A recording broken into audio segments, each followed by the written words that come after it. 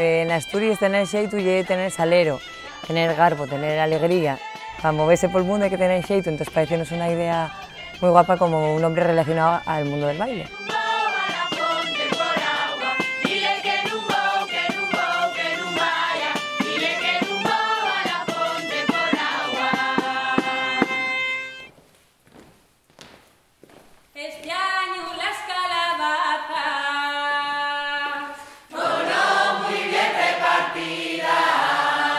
Xeitu como grupo somos un grupo actualmente de unas 35 personas y bueno, formámonos va 15 años. Somos pues una gran familia, como digo yo.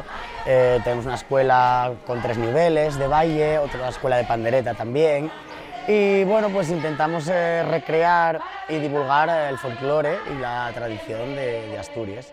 Y bueno, a través de ensayos y de mucho trabajo, pues luego pues vamos a hacer actuaciones y mostramos lo que es pues el folclore de Asturias.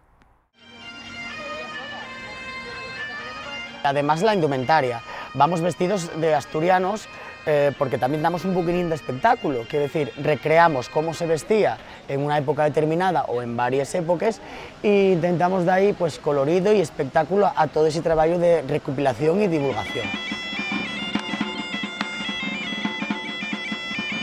La diferencia es los detalles, en todo, desde la forma de vestir hasta la fala, intentamos que la lengua del país se conserve, entonces pues siempre la fala de cada zona, intentar que las pronunciaciones sean las correctas y pues eso, pues vestir bien, bailar bien y cantar lo mejor que se puede.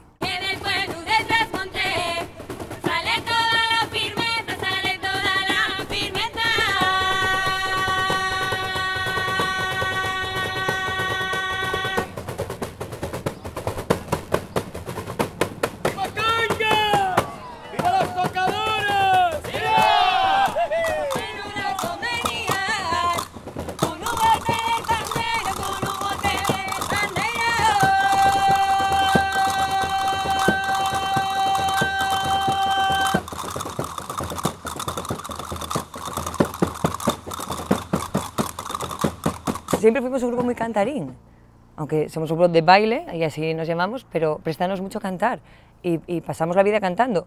Entonces fue, ¿y por qué no hacer un disco?